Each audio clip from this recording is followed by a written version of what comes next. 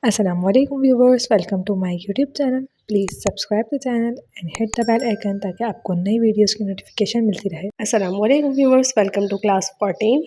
So student, last video में हमने fishbone stitch सीखा था जिससे हमने पता फिल किया था। अब हम एक फ्लावर सीख लेते हैं जैसे कि हमने लॉन्ग स्टिच से बनाया था, ऐसा ही एक फ्लावर है।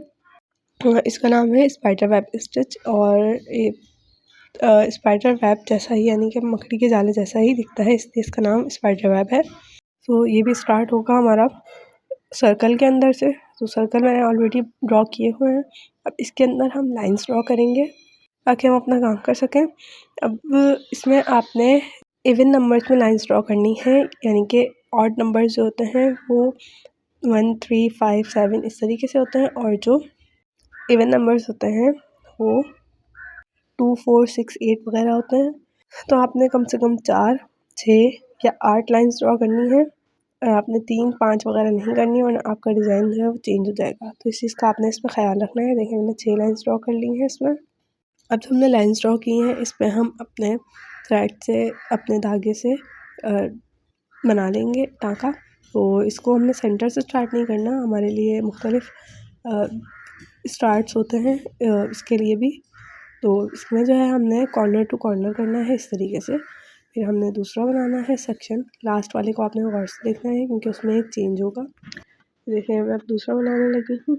लास्ट वाले में हम एक जो है वो टाँके को रैप कर लेंगे, और ये जो आपने बेस, इसको हम बेस कहेंगे, यानी कि जो हमारे पहले टाँके बन रहे हैं ये बेस कहलाएंगे। अब देखिए मैं किस तरीके से बना रही हूँ। मैंने एक दफ़ा इसके नीचे से निकाला और इसके ऊपर एक दफ़ा मज़ीद निकाला। तो इससे है कि यहाँ पर हमारे जो टाँके हैं वो यहीं पे एडजस्ट हो जाएंगे, हिले जुलेंगे नहीं बार बार। इस वजह से ये काम करना लाजमी है, और ये अगर आप लास्ट स्टिच में करें तो ही बेहतर है, और फिर इसको सेट कर लेना है। मतलब मैं आपको बता रही थी ये बेस है हमारा, और हमारा जो मेन स्टिच होगा वो अब स्टार्ट होगा। इस तरीके से और एक दो स्टिचेस होंगे जिसमें हमारा बेस अलग से बनता है और फिर हमारा डिज़ाइन स्टार्ट होता है। तो चलिए स्टार्ट करते हैं।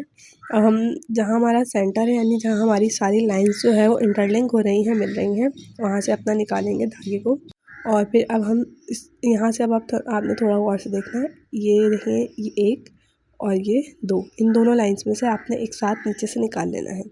ये हमारा पहला स्टेप है। अब नेक्स्ट स्टेप हमने क्या करना है, ये 2 स्टिचेस में से हमने पहले निकाला था ना, तो अब जो दूसरा वाला स्टिच है जिसमें से हम ऑलरेडी निकाल चुके हैं, इसमें से हम दोबारा नीचे से निकालेंगे।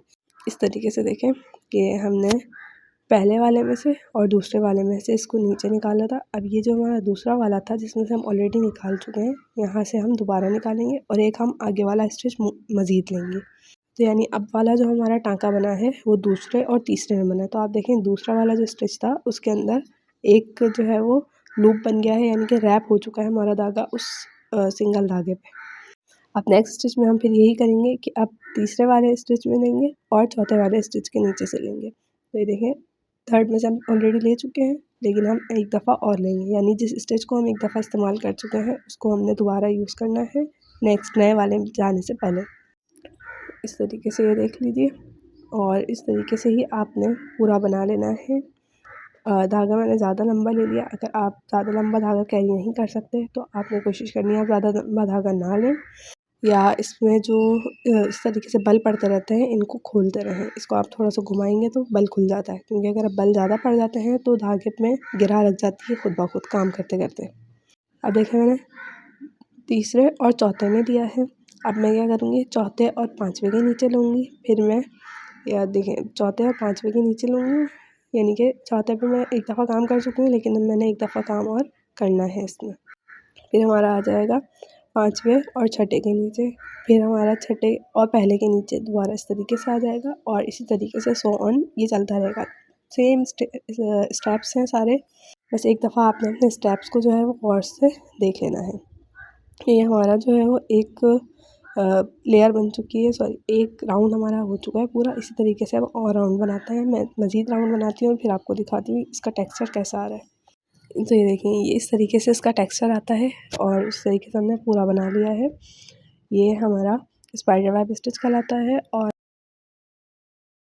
इसको बनाने के लिए एक तरीका आप और देख लें कि हमने किस तरीके से इसको बनाना है। अगर आपको ये वाली बात समझ में नहीं आ रही कि हमने 2 स्टिचेस में एक साथ लेना है, या हम आगे पहुंच गए हैं तो 2 स्टिचेस में एक साथ लेना थोड़ा मुश्किल हो रहा है। तो अब आपने क्या करना है कि एक लाइन में से या एक स्टिच में से नीचे निकालना है और दोबारा उसमें से निकालना है।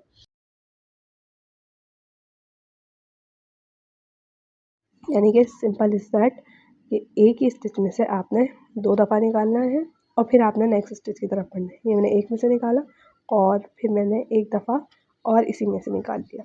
तो ये हमारा इस तरीके से लूप बनता रहेगा। अब आपको ये चेक करने की ज़रूरत नहीं है कि हमने पहले किस में से निकाला था और फिर हमने दोबारा उसमें से लेना है। बस सिंपली आपने क्या करना है, किसी भी स्टिच को जो आपने बनाना है उसमें 2 दफ़ा लेना है और इस तरीके से आपने इसको एंड कर देना है।